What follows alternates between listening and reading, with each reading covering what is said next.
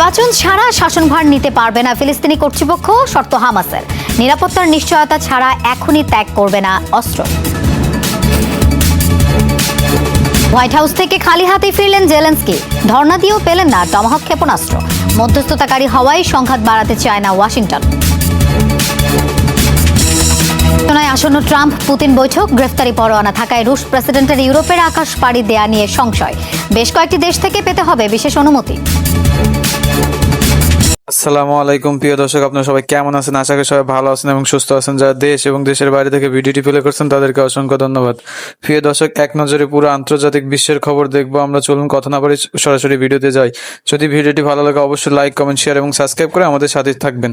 পুরো আন্তর্জাতিক বিশ্বের খবর দেখবো, চলুন শুরু করা যাক। ইসরায়েল এখনো গুরুত্বপূর্ণ রুটগুলো অবরুদ্ধ করে রাখায় উত্তর গাজায় ত্রাণ পৌঁছাতে হিমশিম খাচ্ছে ত্রাণবাহী বহরগুলো, জানিয়েছে জাতিসংঘ।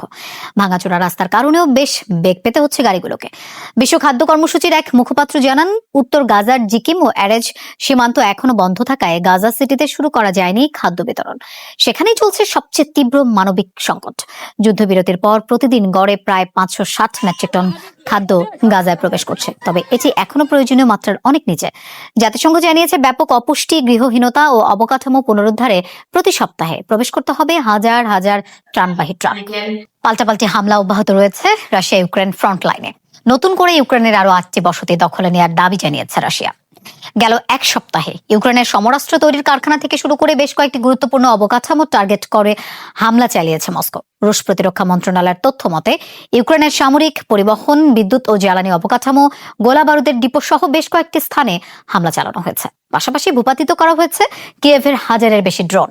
একই দিনে রাশিয়ার দখলকৃত ক্রাইমিয়া অঞ্চলে একাধিক সামরিক ঘাঁটিতে হামলার দাবি করেছে ইউক্রেন। কিয়েভের দাবি, গত 24 ঘন্টায় দুপক্ষের মধ্যে 80টি লড়াই হয়েছে। ইসরায়েলের কাছে আরো এক জিম্মির মরদেহ হস্তান্তর করেছে হামাস। শনিবার মধ্যরাতে গাজা থেকে রেড ক্রসের মাধ্যমে আইডিএফ এর কাছে হস্তান্তর করা হয় দেহাবশেষ। সকালে তেল আবিবে পৌঁছায়নি জিম্মির লাশ।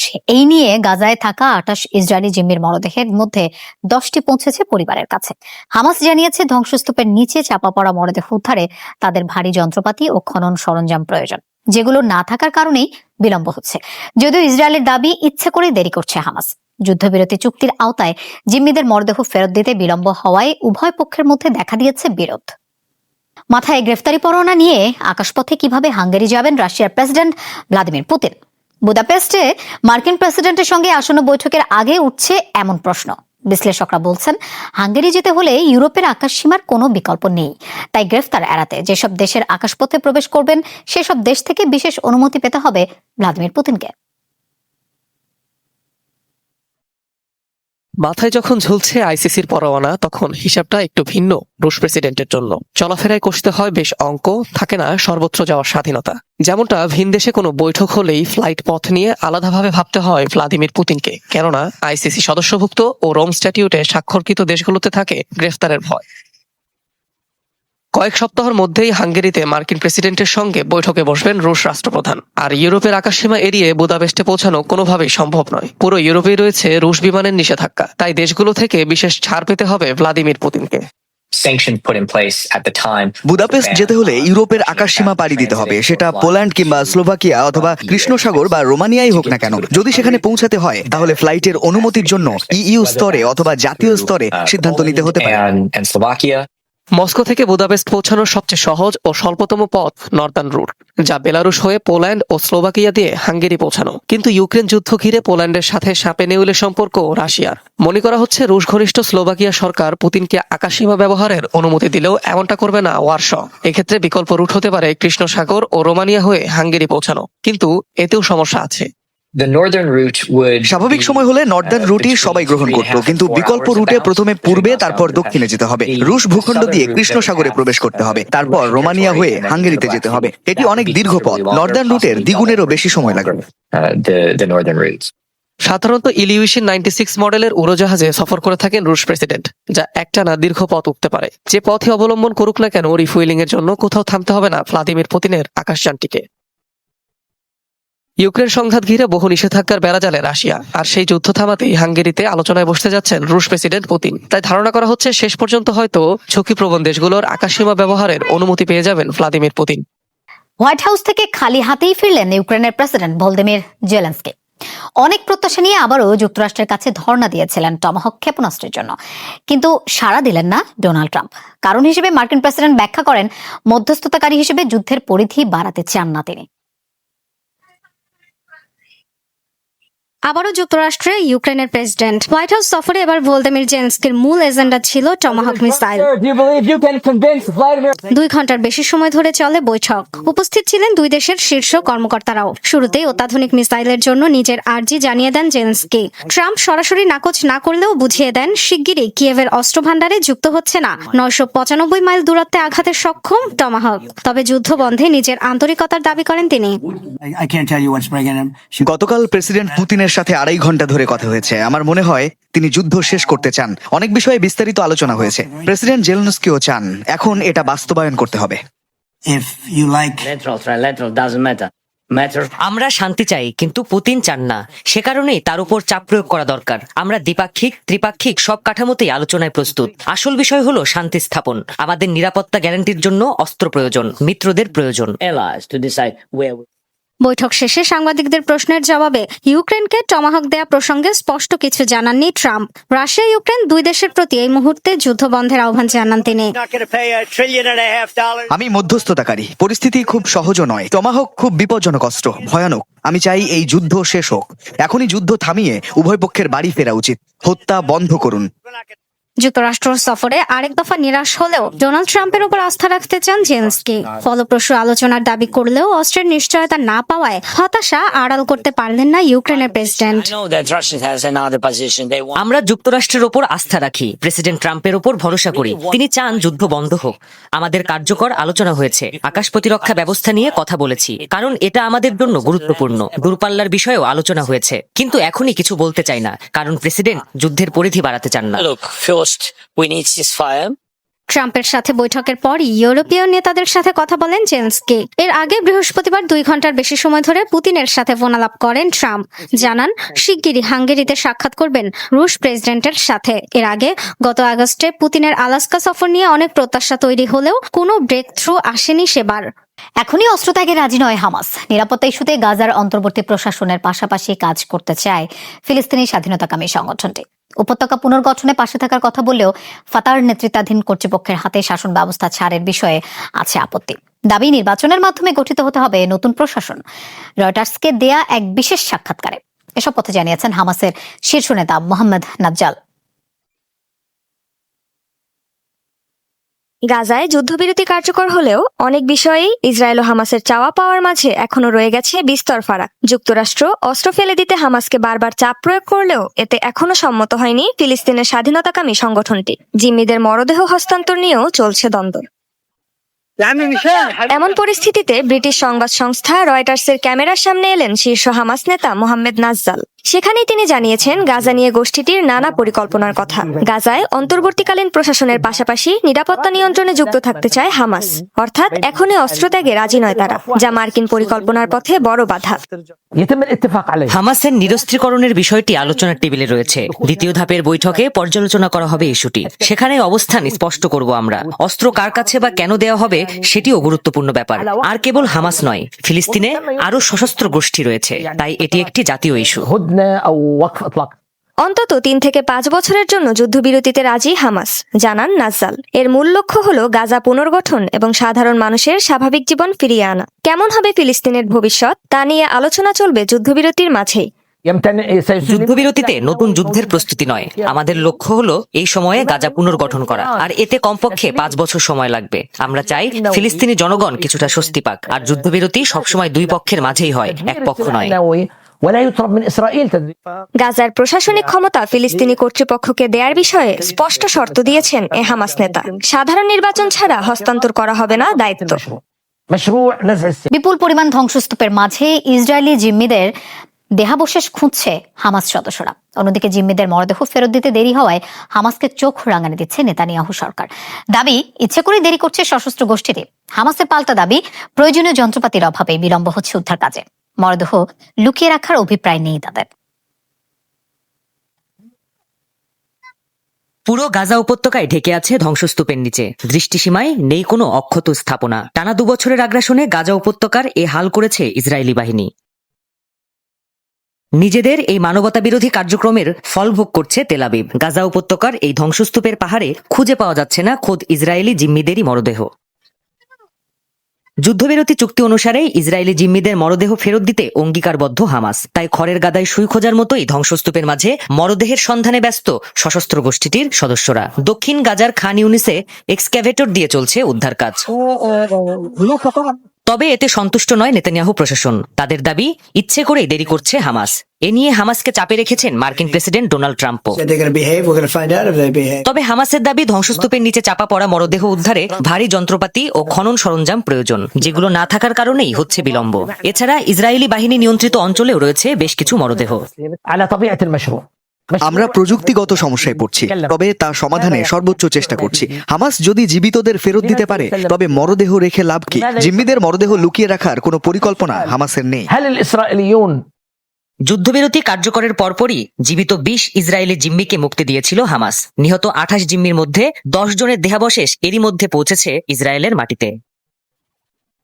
জেনজি আপরাইজিং এর প্রভাবে একের পর এক দেশে ভেঙে পড়ছে দুর্নীতি ও অরাজকতাপূর্ণ শাসন ব্যবস্থা।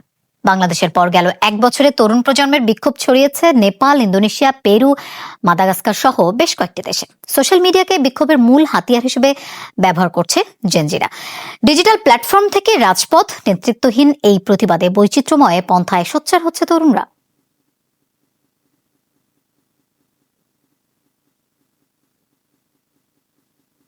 2024 জুলাই কোটা বিরোধী শান্তিপূর্ণ প্রতিবাদ আচমকাই রূপ নেয় তীব্র আন্দোলনে, যার নেতৃত্বে বাংলাদেশের জেনজিরা। রাইফেল, ট্যাঙ্ক কিংবা গোলাবারুদ নয়, তাদের অস্ত্র ছিল সোশ্যাল মিডিয়া। তরুণদের প্রবল তোপের মুখে মাত্র 36 দিনের বিক্ষোভে পতন হয় দীর্ঘ 15 বছরের স্বৈরশাসনের। সেই থেকে গেল এক বছরে জেনজিদের অদম্য প্রতিবাদী জোয়ারে তাসের ঘরের মতো একে একে ভেঙে গেছে বহু দেশের দুর্নীতিগ্রস্ত ও পাকাপোক্ত শাসন ব্যবস্থা। ফেসবুক, ইনস্টাগ্রাম সহ সকল সোশ্যাল মিডিয়া বন্ধ করে বাকস্বাধীনতা কেড়ে নেওয়ার অপরাধে মাত্র দুদিনেই প্রধানমন্ত্রী কেপি শর্মা ওলি ও তার মন্ত্রিপরিষদকে ক্ষমতা থেকে টেনে হিচড়ে নামায় নেপালের তরুণ তরুণীরা। বিতর্কিত পেনশন আইনকে কেন্দ্র করে গণ আন্দোলনের মুখে ক্ষমতাচ্যুত হন পেরুর প্রেসিডেন্ট দিনা বলুয়ার্তে। বর্তমানে তার গদিতে আসীন নতুন প্রেসিডেন্ট হোজে জেরিও ছাড় পাচ্ছেন না তরুণদের রোষানল থেকে। মৌলিক পরিষেবার অবক্ষয়, তীব্র বিদ্যুৎ ও পানির সংকট, জনস্বার্থ বিরোধী আইন ও দুর্নীতি নিয়ে ক্ষুব্ধ জেনজি বিক্ষোভে সরকার পতনের পাশাপাশি উত্তেজনা ছড়িয়েছে মাদাগাস্কার, ইন্দোনেশিয়া, ফিলিপাইন, মরক্কো সহ পৃথিবীর বিভিন্ন দেশে। সেনাদের সাথে গেল 2 সপ্তাহ ধরে আপ্রাণ লড়াই করছি আমরা, এবং শেষ পর্যন্ত আমরাই জিতেছি। আজ আমাদের আনন্দ উৎসব। আন্দোলন দমাতে নিরাপত্তা বাহিনী ও সরকার অন্যায়ভাবে যতই বল প্রয়োগ করুক, আমরা তা নিয়ে মোটেই চিন্তিত নই। আমরা আমাদের প্রতিবাদ চালিয়ে যাব।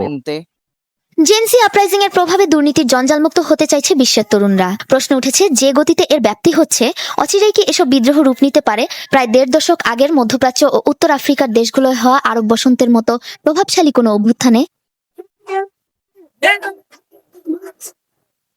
মূলত কর্মসংস্থানের ব্যাপক সংকট, অর্থনৈতিক বৈষম্য, দুর্নীতির বিস্তারে জীবনযাত্রার ক্রমশ অবক্ষয়ে অতিষ্ঠ হয়েই দেশে দেশে প্রতিবাদী হয়ে উঠছে তরুণরা। সড়কে নামার পাশাপাশি গুরুত্বপূর্ণ সিদ্ধান্তে আসতে ডিসকর্ডের মতো সোশ্যাল প্ল্যাটফর্মের ব্যবহার, জাপানি মাঙ্গা সিরিজ ওয়ান পিসের জলি রজার পতাকাকে বিপ্লবের প্রতীক হিসেবে ব্যবহার সহ একের পর এক বৈচিত্র্যময় উপায় বের করে আন্দোলনে সোচ্চার হচ্ছে জেনজিরা।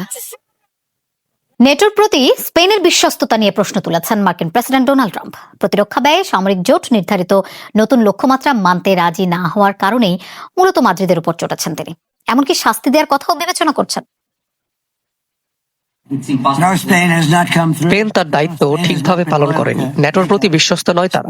সবাই প্রতিরক্ষা ব্যয় 2 থেকে বাড়িয়ে 5% করলেও একমাত্র স্পেনই তা মানেনি। এজন্য তাদের ধিক্কার জানাই। এটা স্পেনের একটি বড় ভুল সিদ্ধান্ত।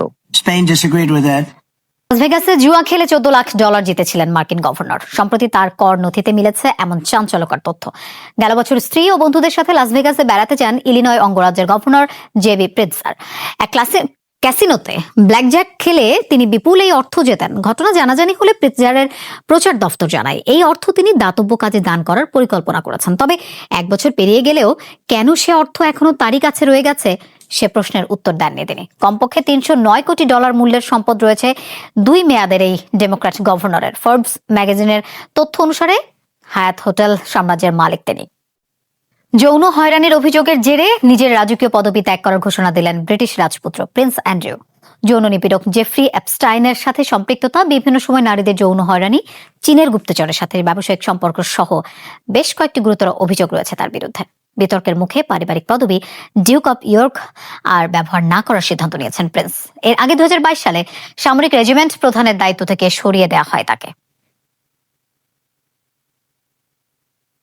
রাজপরিবারে জন্মগ্রহণ করায় জন্মসূত্রে মিলেছে বিশেষ পদবি ডিউক অফ ইয়র্ক, কিন্তু নানামুখী বিতর্কের কারণে সেই সম্মাননা ত্যাগের ঘোষণা দিলেন ব্রিটিশ প্রিন্স অ্যান্ড্রিউ। যৌন নির্যাতন সহ বেশ কিছু গুরুতর অভিযোগ উঠেছে প্রয়াত রানী দ্বিতীয় এলিজাবেথের দ্বিতীয় সন্তান এবং বর্তমান রাজা তৃতীয় চার্লসের ছোট ভাই প্রিন্স অ্যান্ড্রিউর বিরুদ্ধে। একটি দুটি নয়, সামনে এসেছে প্রিন্সের বেশ কয়েকটি কেলেঙ্কারির ঘটনা। সবচেয়ে বড় অভিযোগ 17 বছর বয়সী ভার্জিনিয়া জিউফ্রেকে যৌন নির্যাতনের ঘটনায় মার্কিন ধনকুবের এবং আলোচিত যৌন নিপীড়ক জেফ্রি এপস্টাইনের সাথে সম্পৃক্ততা। পাশাপাশি আরও এক নারী তার বিরুদ্ধে তোলেন যৌন হেনস্থার অভিযোগ। এছাড়া ব্যবসায়ী সহযোগী হিসেবে চীনা গুপ্তচর নিয়োগ, কাজাখস্তানের বিতর্কিত ধনকুবেরের সাথে ঘনিষ্ঠতা সহ বিভিন্ন আন্তর্জাতিক লেনদেনে দুর্নীতির অভিযোগ রয়েছে প্রিন্সের বিরুদ্ধে। অবশ্য এত সব অভিযোগ স্পষ্ট অস্বীকার করে আসছেন প্রিন্স অ্যান্ড্রিউ। তবে বহু বছর ধরে তীব্র সমালোচনার জেরে ব্যাপক চাপ সৃষ্টি হয়েছে তার রাজনৈতিক পরিচয় ও মর্যাদা নিয়ে। ফলে এবার বিবৃতি দিয়ে নিজের ডিউক পদবি ত্যাগ করলেন তিনি।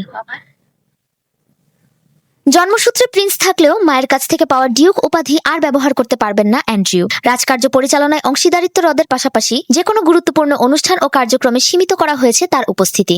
একই অভিযোগে 2022 সালে ব্রিটিশ সামরিক রেজিমেন্ট বিভিন্ন দাতব্য সংস্থার প্রধানের পাশাপাশি তার হিজ রয়্যাল হাইনেস পদবি প্রত্যাহারের আদেশ দেন স্বয়ং তার মা রানী দ্বিতীয় এলিজাবেথ।